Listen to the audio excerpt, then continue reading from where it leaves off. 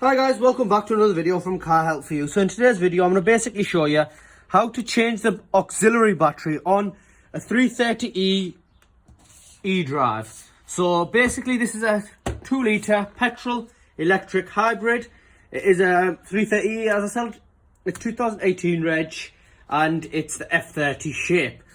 So first of all you need to know that there's 3 batteries in the car. One which is located in the boot, under the seats, under the mat type of thing in the boot. Those are the electric batteries. The other one is in the boot on the right hand side behind the foam, which is the big main battery. And then you've got the auxiliary battery. If your stop start etc isn't working, this is the issue. And just because it's a fairly new car, you can't guarantee that the battery won't go. So this is 2018 reg and the battery has gone. It was an original BMW battery in the car. We're now replacing it with a Bosch battery, which we managed to get from a local car dealer. So anyway, jump straight in. To remove the battery, ours is already out, as you can see.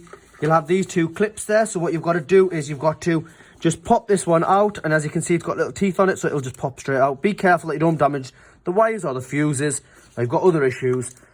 Then this just slides up. It's got teeth there, as you can see in there.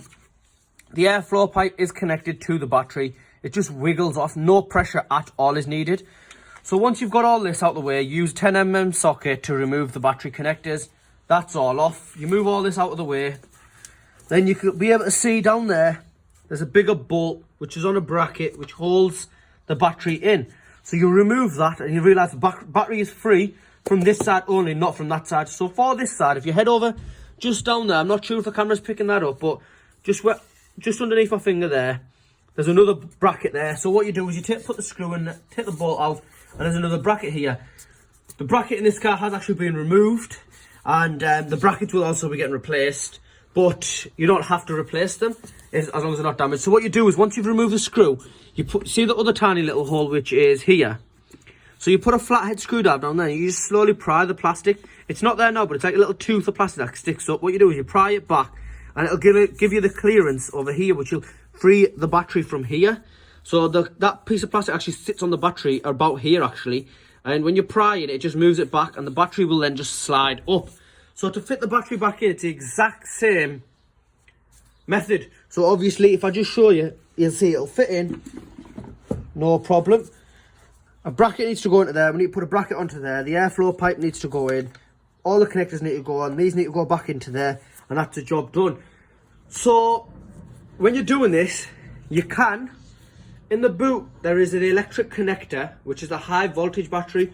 What you do is you take the the red clip out of it, and it unclips, and you can just leave it hanging aside to stop the high voltage going in.